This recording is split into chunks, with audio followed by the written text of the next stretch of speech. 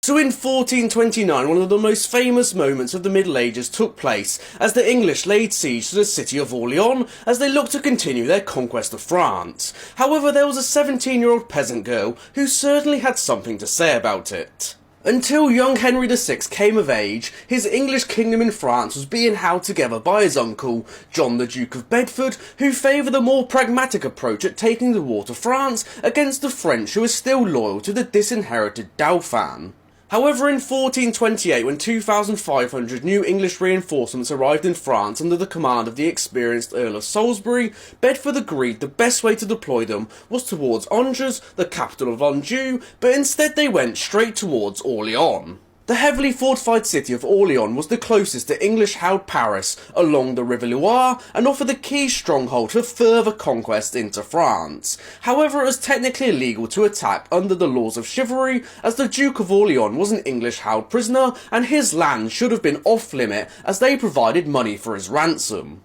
Bedford would later complain that the decision to attack Orleans was made by God knows what advice, likely because Salisbury wanted a more decisive military strike than Bedford's pragmatic approach. Salisbury's initial campaign was rather successful, capturing many strongholds around Orleans before approaching it from the south, where an English assault was beaten off, but the French retreated along the river, giving the English access to the bridge and the fortified part of Terrelles. The French had done some work destroying the bridge so the English couldn't go for an all-out assault, and Salisbury was on the wrong side of the river to receive supplies from the north from Paris, so he dug in for a long siege. However, when he was surveying the city from Terrelles, he was struck in the face from a ricochet from a cannonball and he died a week later. Both the English and French received reinforcements, however the English didn't have enough troops to surround the city with trench works, so they built 11 smaller fortifications called bastilles to control access to the city as they looked to starve it out, even though they left the entire northeast open, which was controlled by English patrols.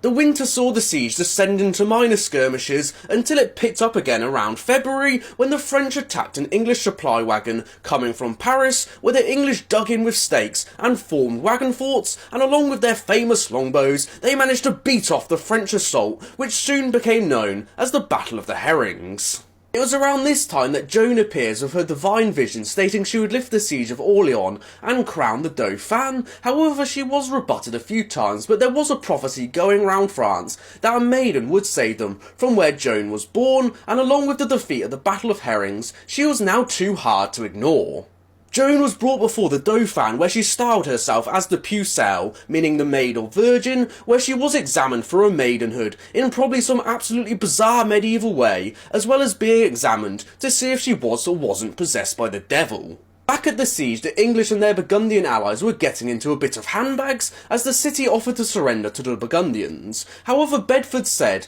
the land should go to the crown, and the Burgundians had their little strop and removed their troops from the siege, leaving the English extremely thin on the ground to see out the siege. With the Dauphin happy that Joan wasn't some devil-possessed nutcase, he unleashed her at the head of an armed convoy with a few hundred troops. However, she wanted to take the English head-on, while other commanders favoured the more cautious approach to get the supplies into the city from the south. Joan was left to be a glorified cheerleader for the city, while the other commanders left to get further reinforcements, and when those reinforcements arrived they went into the city uncontested due to the English dwindling numbers, where they began launching sorties or assaults out of the city on the English bastilles, with Joan only joining in one as she had to be woken from a nap. Joan's presence and determination inspired the French to take out the English fortifications one by one, where during the assault on Terrelles she was struck in the shoulder by an arrow, but she returned to combat later that day to inspire the French for one last push to eventually take it. The English now had no choice but to abandon the siege, and while Joan's presence did help lift the siege, she now had to sit on the sidelines frustratedly as she watched on while other commanders favoured the more pragmatic approach before crowning the Dauphin at Reims.